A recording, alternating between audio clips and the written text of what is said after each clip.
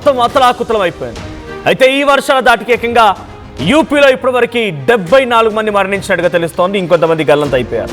ప్రయాగ్రాజ్, కాన్పూర్, దేహత్, ఫతేపూర్ జిల్లాలో భారీ వర్షాలు కురుస్తున్నాయి. ఇక పలు జిల్లాల్లో చెట్లు, విద్యుత్ స్తంభాలు పూర్తిగా నేల కరిగిపోయాయి. కుండాపోత వర్షాలతో ఇటు లోతట్టు ప్రాంతాలు మొత్తం కూడా జలమయమైపోయాయి. భారీ వర్షాలతో జనజీవనం పూర్తిగా అస్తవ్యస్తమైపోయింది. యుద్ధ ప్రాతిపదికన సహాయక చర్యలకు సీఎం యోగి ఆదేశాలు జారీ చేశారు. అయితే వరద నీటిలో చిక్కున్నటువంటి వారిని రక్షించేందుకు రెస్క్యూ టీమ్స్ కూడా రంగంలోకి దిగాయి. స్కూళ్లు, కాలేజీలకి అత్యవసర సెలవులు ప్రకటించారు. మరో 24 గంటల పాటుగా భారీ వర్షాలు కొనసాగే అవకాశం కనబడుతోంది. సో ముందస్తుగానే ఉదయం అంతా హీట్ వేవ్స్, రాత్రి అయితే చాలా భయంకరమైన వర్షాలు నార్త్ ఇండియాని అతలాకుతలం చేస్తున్నాయి. మరి ముఖ్యంగా ఉత్తరప్రదేశ్లో ఇప్పటివరకు కేవలం ఒక 24 గంటల్లోనే 74 మంది మరణించారు. 74 మంది కూడా కేవలం వర్షాల కారణంగానే అక్కడ పూర్తిగా మరణాలు సంభవించినట్టు తెలుస్తోంది. So Bhadohi and Fatehpur, Badaun, Sultanpur, Sonbhadra, Chandauli, Prayagraj and మరికొన్ని యూపీ రీజియన్స్లో ఈ భారీ వర్షాలు కురుస్తున్నాయి. సో 33 మంది ఒక మేజర్ స్టోమ్ కారణంగా మరణించారు. అంటే ఒక భారీ వర్షాల నేపథ్యంలో చిన్న చితక ఇల్లు కూలిపోవడాలు, స్తంభాలు విరిగిపోవడాలు, అటు చెట్లు నేలకొరడాలు ఇవన్నీ చూసి 34 మంది మరణించారు. ఒక చోట 7 మంది సుల్తాన్పూర్లో. ఇలా డిస్ట్రిక్ట్ వైజ్గా చూస్తే అక్కడ ఎక్కువగా నమోదైంది భదోహి జిల్లాలోనే. సో భదోహి జిల్లాలో 16 మంది మరణించారు. అక్కడ ఉన్నటువంటి మట్టి గోడలతో కట్టుకున్న ఇల్లు పూర్తిగా ధ్వంసమైపోయాయి. సో విరిగిపోయాయి. అండ్ పైనుంచి ఉన్నటువంటి మేడలు మొత్తం కూడా కుప్పకూలిపోయాయి.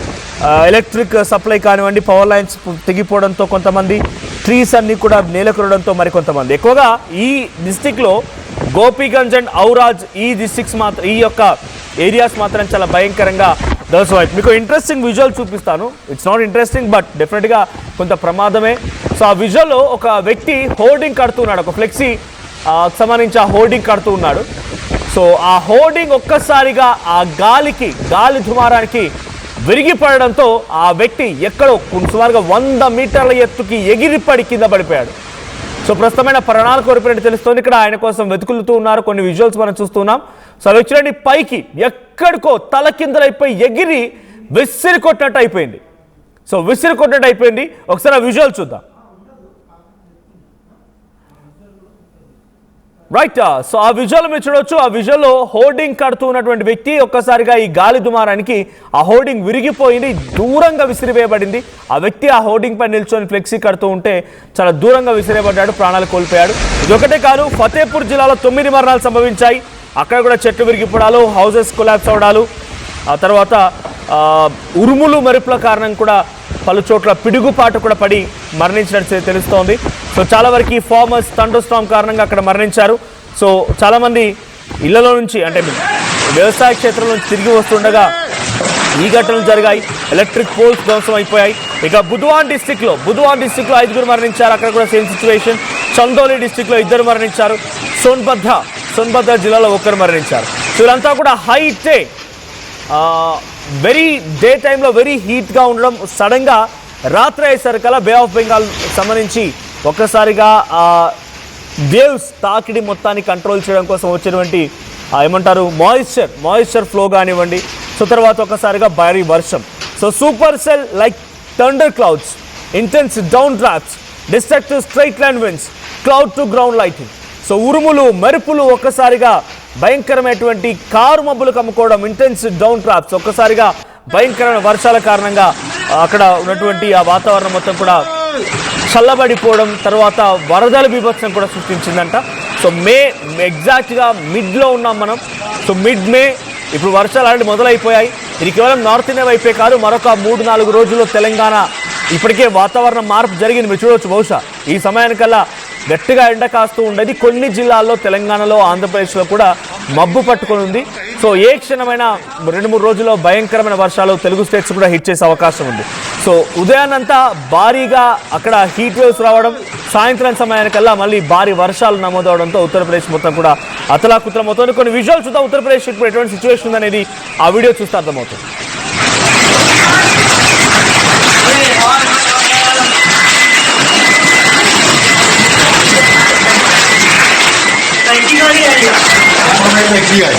हम कहीं दिया है रामचंद्र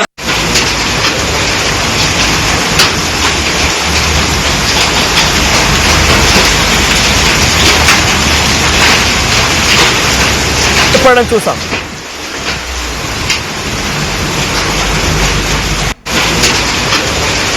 సో గాలివాన బీభత్సం చూస్తున్నాం. అక్కడ గాలివాన బీభత్సానికి ఒక చెట్టు పూర్తిగా నేలకొరి కారుపై పడిపోయిన విజువల్ చూస్తున్నాం. మరోవైపుగా ఒకవైపు వర్షం కురుస్తూనే ఇంకోవైపుగా భారీ గాలి దుమారం, చెత్త చెదారం మొత్తం కూడా గాల్లో కలవడం చూస్తున్నాం. భయంకరమైన వర్షం.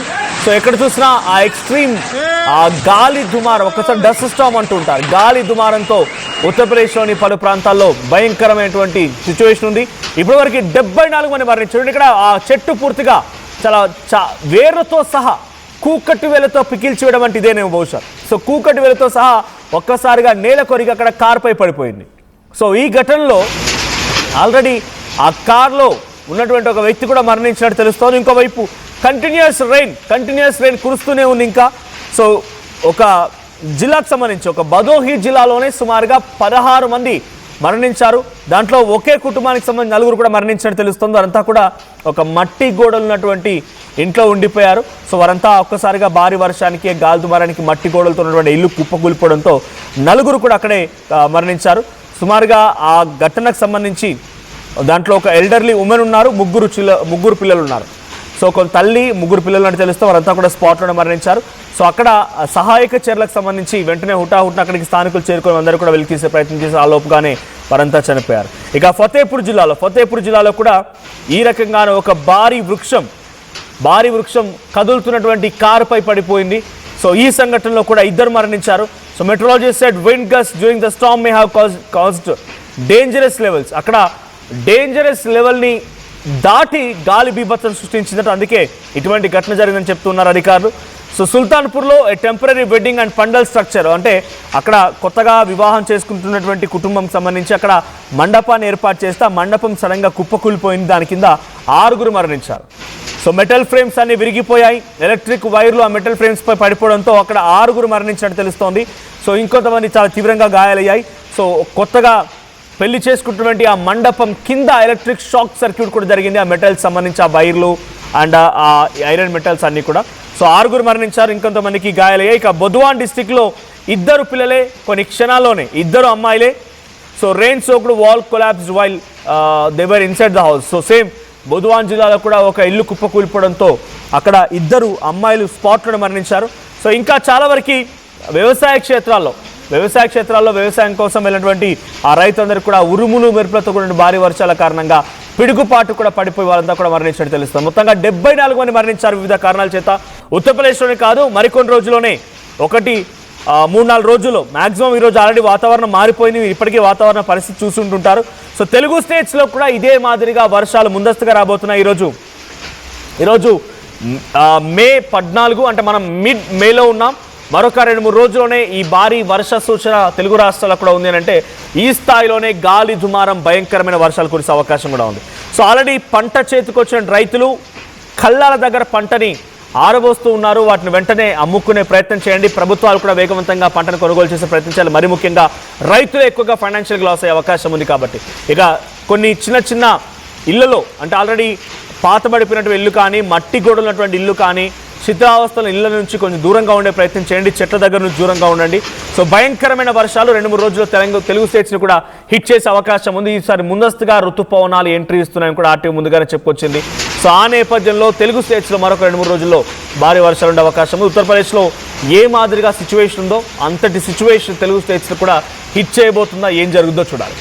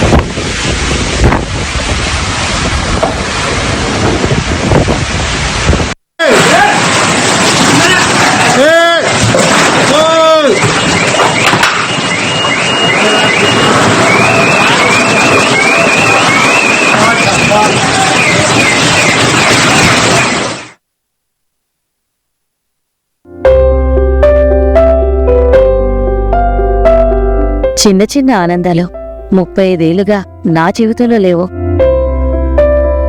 35 ఏళ్లుగా నేను డైపర్లలో బ్రతికాను. 6 సెంటీమీటర్ల ఫిస్టులా నా మూత్రాశయంలో లీకు కారణమైంది. ఎవరూ నాకు సహాయం చేయలేకపోయారు. AINUలో వైద్యులను కలిసే వరకు. అక్కడ వారు రోబోటిక్ శస్త్రచికిత్సతో నాకు పరిష్కారం ఇచ్చారు. వారు నా ఆత్మవిశ్వాసాన్ని కూడా తిరిగిచ్చారు. Precision care makes it possible. The Center for Robotic Surgery at AINU